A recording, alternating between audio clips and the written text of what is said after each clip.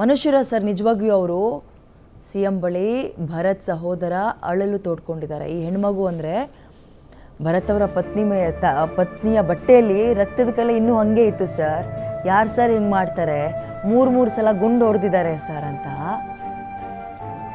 ಬಿಕ್ಕಿ ಬಿಕ್ಕಿ ಹತ್ತು ಅಲ್ಲಿ ಏನಾಯ್ತು ಘಟನೆ ಅನ್ನೋದನ್ನ ವಿವರಿಸಿದ್ದಾರೆ ಭರತ್ ಅಣ್ಣ.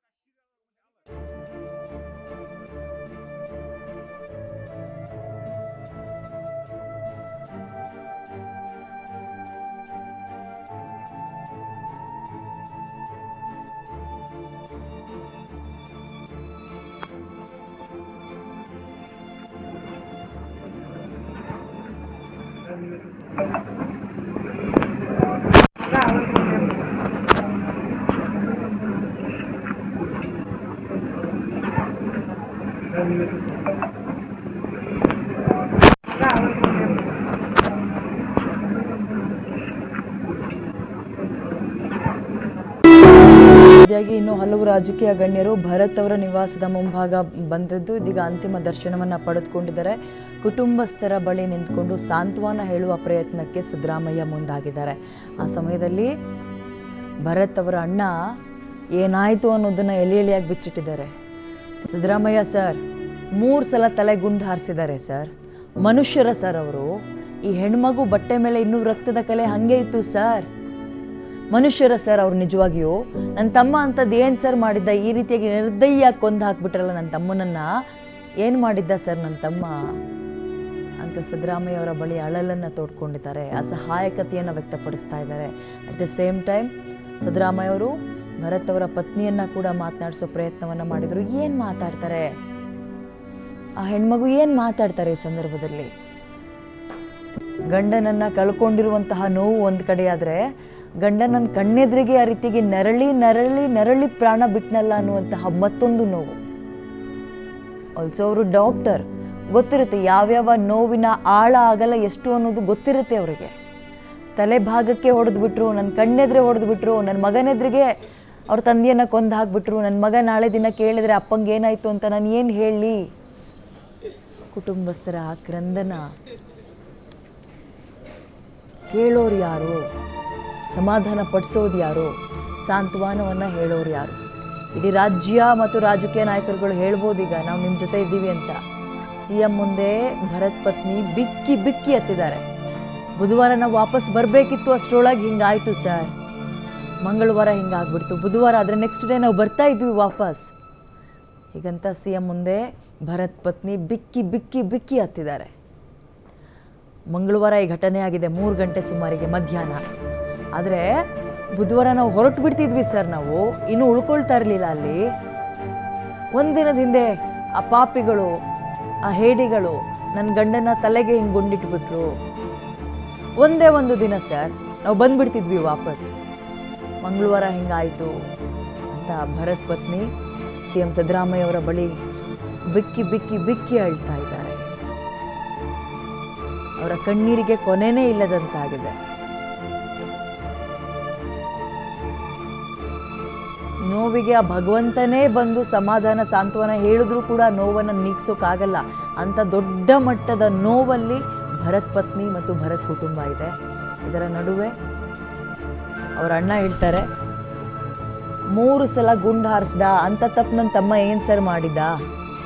3 ಸಲ ಗುಂಡು ಹಾರಿಸ್ಬಿಟ್ರು ಆ ರಾಕ್ಷಸರು, ಆ ಹೇಡಿಗಳು ನನ್ನ ತಮ್ಮನನ್ನು ಕಿತ್ಕೊಂಡ್ಬಿಟ್ರು. ಆತನ ರಕ್ತದ ಕಲೆ ಆತನ ಹೆಂಡತಿ ಬಟ್ಟೆ ಮೇಲೆ ಇನ್ನೂ ಹಾಗೆ ಇತ್ತು ಸರ್. ಇಲ್ಲಿಗೆ ಬಂದಾಗ, ಕರ್ಕೊಂಡು ಬಂದಾಗ ಬಟ್ಟೆ ಮೇಲೆ ರಕ್ತದ ಕಲೆ ಹಾಗೆ ಇತ್ತು. ಹೆಂಗೆ ಸರ್ ಇದನ್ನೆಲ್ಲ ನೋಡ್ಕೊಂಡು ನಾವು ಸಹಿಸ್ಕೊಳ್ಳೋಣ? ನಮ್ಮ ತಮ್ಮ ಮತ್ತೆ ಬರ್ತಾನ ಸರ್? ಅವನದಲ್ಲದ ತಪ್ಪಿಗೆ ಜೀವ ಹೋಯ್ತಲ್ಲ ಸರ್ ನನ್ನ ತಮ್ಮಂದು ಅಂತ ಅಣ್ಣ ಗೋಳಾಡ್ತಾ ಇದ್ರೆ, ಮಗದೊಂದು ಕಡೆ ಭರತ್ ಅವರ ಪತ್ನಿ, ಸರ್ ಒಂದೇ ಒಂದು ದಿನ ಟೈಮ್ ಕೊಟ್ಟಿದ್ರು ಸಾಕಾಗ್ತಿತ್ತು ಸರ್. ಆ ಭಗವಂತ, ನಾವು ವಾಪಸ್ ಬಂದ್ಬಿಡ್ತಾ ಇದ್ವಿ, ಫ್ಲೈಟ್ ಹತ್ತುತ್ತಾ ಇದ್ವಿ ಸರ್, ಬುಕ್ ಆಗಿತ್ತು ಸರ್. ಮಂಗಳವಾರ ಈ ಪಾಪಿಗಳು ಹಿಂಗೆ ಮಾಡಿ ನನ್ನ ಕಣ್ಣೆದ್ರೆ ನನ್ನ ಗಂಡನನ್ನು ಕೊಂದು ತಿಂದು ಬಿಟ್ರಲ್ಲ ಸರ್. ಒಂದೇ ಒಂದು ದಿನದ ಹಿಂದೆ ಮಂಗಳವಾರ ಹೆಂಗಾಗಿದೆ ಸರ್. ನನ್ನ ಮಗನ ಕಣ್ಣೆದ್ರಿಗೆ ಗುಂಡು ಹೊಡೆದ್ಬಿಟ್ರು ಸರ್, ತಲೆಗೆ ಹೊಡೆದ್ರು. ಮಂಗಳವಾರ ಮಧ್ಯಾಹ್ನ 3 ಗಂಟೆಗೆ ಹಿಂಗಾಯ್ತು. ನಮಗೆ 24 ಗಂಟೆ ಟೈಮ್ ಸಿಕ್ಕಿದ್ರು ಸಾಕಾಗಿತ್ತು. ಬುಧವಾರ ಬೆಳಗ್ಗೆನೇ ಹೊರಟು ಬಿಡ್ತಿದ್ವಿ ನಾವು ಅಲ್ಲಿಂದ. ಇಂಥದ್ದೊಂದು ಕೆಟ್ಟ ದಿನವನ್ನು ನಾವು ನೋಡ್ತಾ ಇರಲಿಲ್ಲ. ಬಟ್ ಆ ಭಗವಂತ ನಮಗೆ ಅದಕ್ಕೆ ಅವಕಾಶನೇ ಮಾಡಿಕೊಡ್ಲಿಲ್ಲ ಅಂತ ಸಿದ್ದರಾಮಯ್ಯ ಅವರ ಬಳಿ ತಮ್ಮ ಅಳಲನ್ನು ವ್ಯಕ್ತಪಡಿಸಿದ್ದಾರೆ ಭರತ್ ಪತ್ನಿ.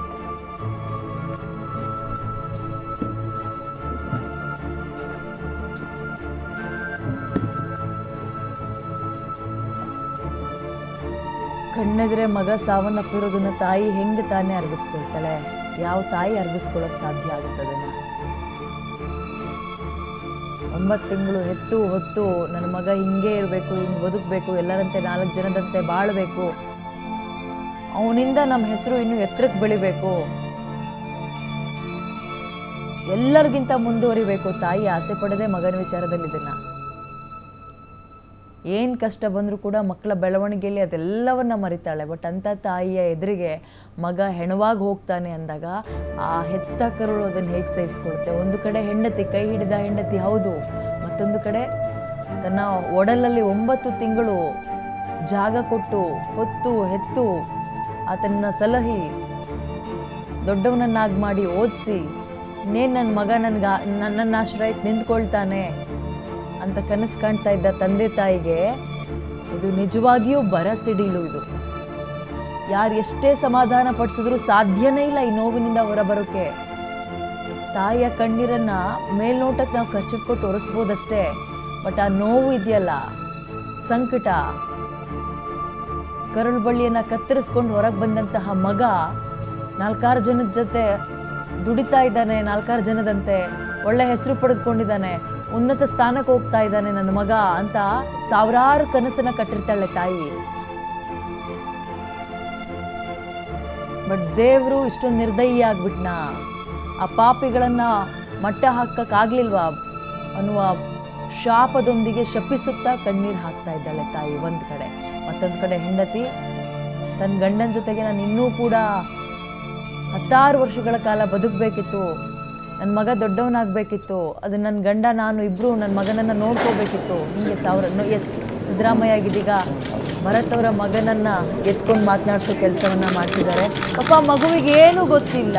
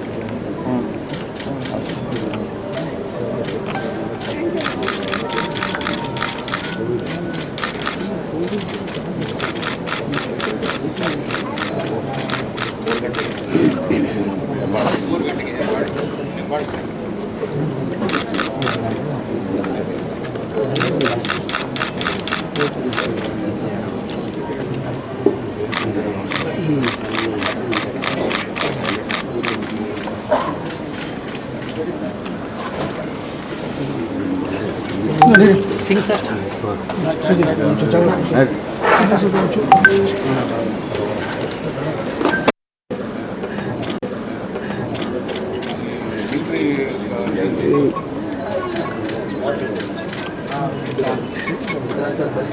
ಹಲೋ